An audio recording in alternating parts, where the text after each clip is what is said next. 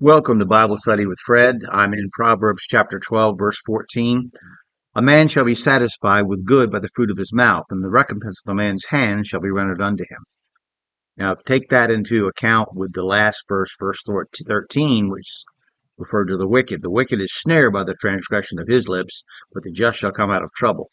Now, I totally have come to a different conclusion about this verse than what I had originally written in my little book that I self-published on Amazon.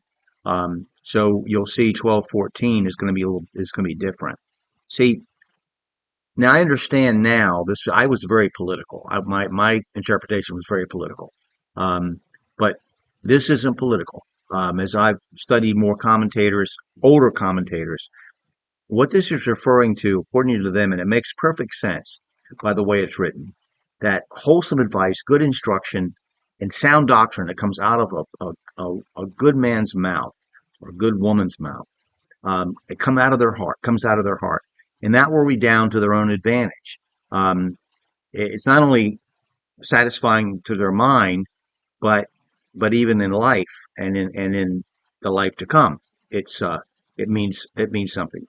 So, um, so by prayers, by the words that you say to other people, sharing the gospel, being a faithful minister of the word, those are things. And the recompense of a man's hand shall be rendered unto him. The words will turn to your account, to turn to the good person's account, and their works as well. If they're filled with good things, for the sake of words and for their works, that will also come out.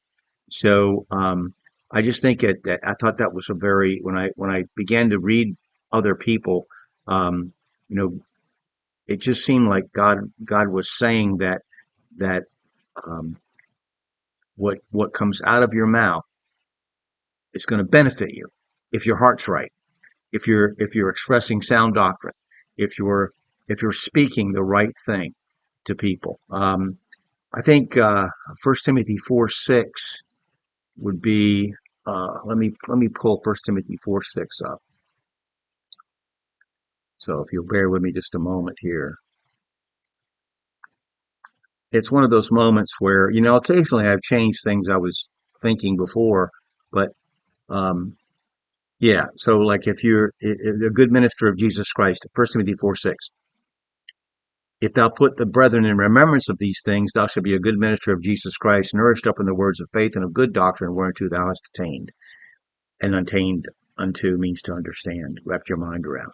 And also another verse that's important, I think, in this is Ephesians 4:29. Let no corrupt communication proceed out of your mouth, but that which is good to the use of edifying, that it may minister grace unto the hearers. So I really think this is more of a phrase of what's coming out of your mouth, and as compared to the wicked, because they're snared by the transgression of their lips. But so you see this in real life. Many people, many of us, have been trapped by what we've said. But when we say good things, when we say right things, when we say good doctrine, when we say things that should be said, um, and not say things that shouldn't, that redounds to us and it benefits us, not only mentally, emotionally, spiritually, but typically physically.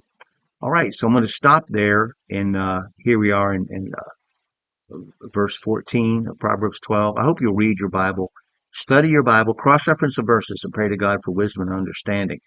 And if you've watched the video so far, please click like and follow or subscribe. And if you disagree with me, put your comments in the comment section, because, like I say, sometimes I'll do a study, and then when I'm going back and reading over it again, and I'm looking at other commentaries just to double check, I go, that's probably not right. So I hope you'll share what your interpretation is with somebody else. Okay, thank you.